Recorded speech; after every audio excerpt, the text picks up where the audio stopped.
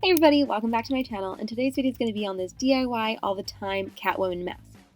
And this is inspired by the 1992 Catwoman played by Michelle Pfeiffer. Let's begin!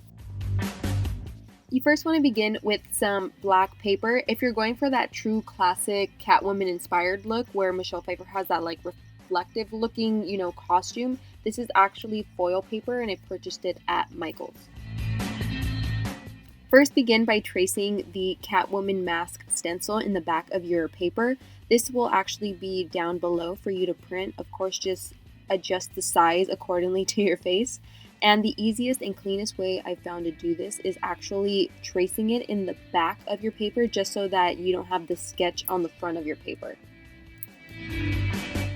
Once you have traced the entire stencil, next comes adding the line of the slits within the mask. So that'll be the solid line in the stencil. The dotted line is actually just there for a reference when it comes to gluing.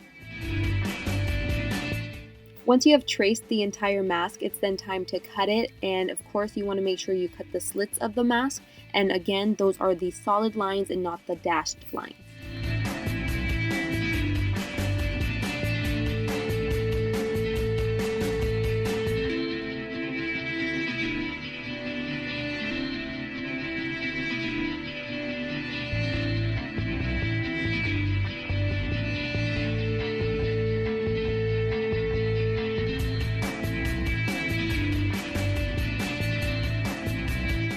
I would advise using an X-Acto knife to cut out the eyes. That way you have a clean cut of the eyes opposed to using scissors where you'll then have to fold your paper and then it'll create a crease that you don't need.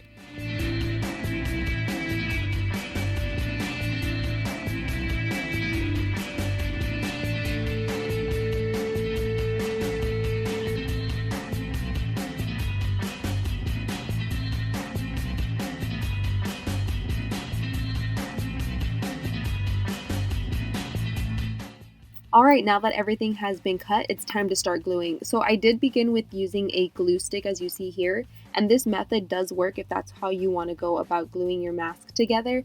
It's just because the paper is so thick, you really just have to kind of hold and wait until the entire thing dries before you move on to the next slit. And to be honest, I'm a little impatient, so this was just taking a little too long for me, so I decided to then go in with a glue gun. But if you do want to use a glue stick, by all means, you just kind of have to sit there and wait until it dries before moving on. But here with a glue gun, I just start adding it to my mask and then within seconds it's dry and I'm on to the next. So when it comes to gluing, you actually want to place the glue within the triangle that you created that is in the stencil. So that's why those dashed lines are there, just because it creates these triangle that you then add glue into to then fold the paper to cover it. So it's basically there as a reference so you know which way to fold and glue the mask together.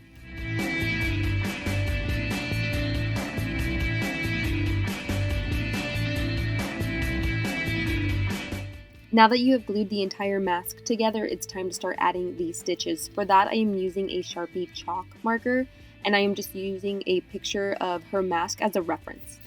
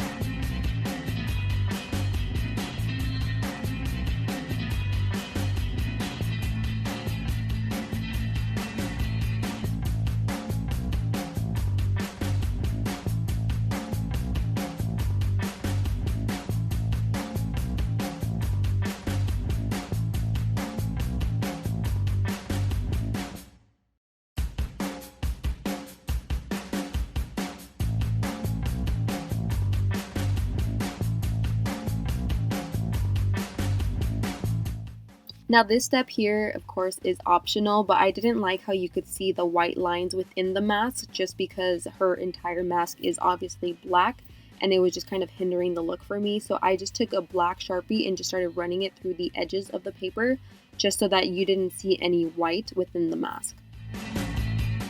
Except for the back of it, of course.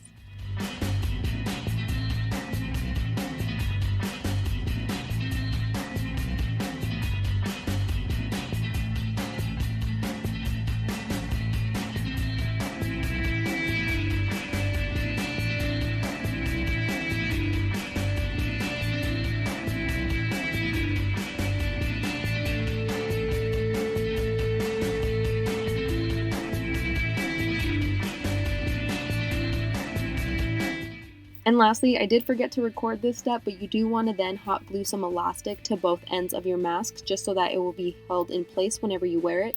Or you could use some bobby pins, but that would just be a little bit flimsier. And here you have it, your Catwoman inspired mask. I hope you like it. I actually really love the way it came out. It'll look awesome with my costume this year. Well, thanks for watching everyone, and please subscribe.